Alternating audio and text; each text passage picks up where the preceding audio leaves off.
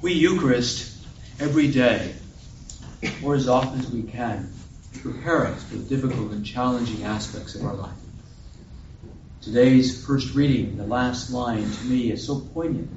It's such a summary of what we're about. Let me refresh your memory. Unless your faith is firm, you shall not be firm. So what is faith? Faith is a certain disposition towards reality. It's a stance of trust. It's an awareness that there's something more here that meets the eye, meets our senses. Faith is a trust in a greater love. It is a deep awareness, a deep relationship, one that we call God. Faith is what can empower us and move us. It's meant to be the engine of our life. This is why faith is so important. And if we don't nurture it, then like a campfire, it will go out.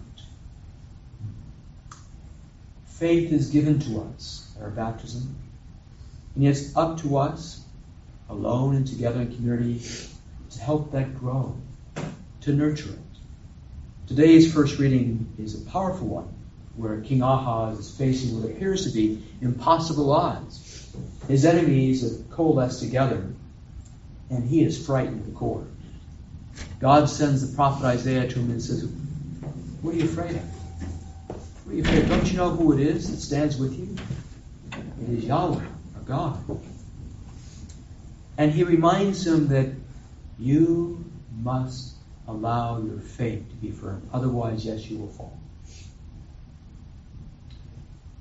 Wonderful story told about a woman named Virginia, where she and I, along with the other group of men and women, were on this wilderness retreat, and if you can believe this, the retreat director had us do what is called an outdoor ropes course. Do all of you know what that is?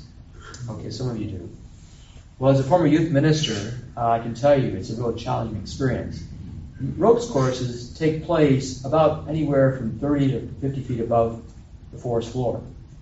And you have to climb up a ladder, and you're put in a safety harness. You go through either 5 or 6 stations that have to do with balance, have to do with working with a partner, etc. The retreat director had divided us up into pairs. Well, the first one to volunteer was a 75-year-old woman.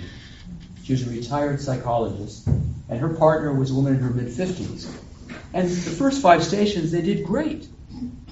But the last one was perhaps the most challenging. It was a log that was perpendicular to the ground. And as a result, you were asked to walk across the log with your hands out. And all you were strapped in with a belt to the line there, and to walk across. Now, mind you, Virginia had done great. But she took 2 steps out, and she made the mistake of doing what? Looking down. And she froze. Absolutely froze. No matter what we said or did, she wasn't moving. And she started to cry. She lost her perspective. So eventually the retreat master told all of us to be quiet. And he started to talk to her. Nothing doing. She wasn't moving. Forward or backward. So finally he climbed all the way up, got roped in, walked out to her, and he said, "Now, Virginia, I just want you to do this. Just keep your eyes on me. That's all I ask. Can you do that?" "Yeah." "Okay." He said, "I lied. There's one more thing you got to do. I'm going to move my right foot back 6 inches, and you move your left foot forward 6 inches. And I'll get you across."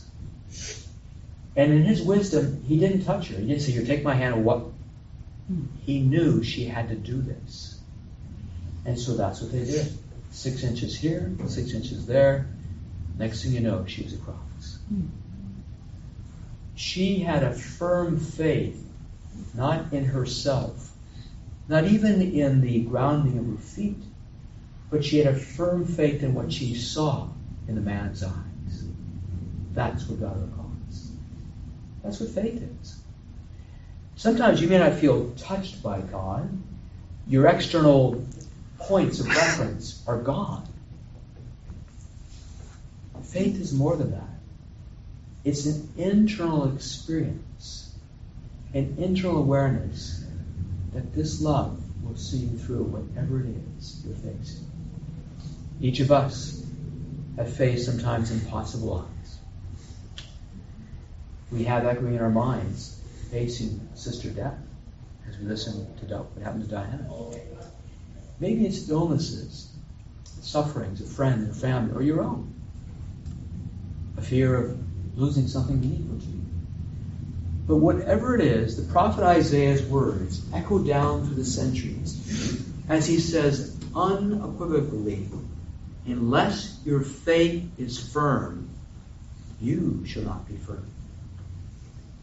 We stand on our faith in Jesus Christ. It's something beyond us. And every time we come together to Eucharist, we're reminded of that. Alone and together. Because God is always with us and always for us in good times and difficult times.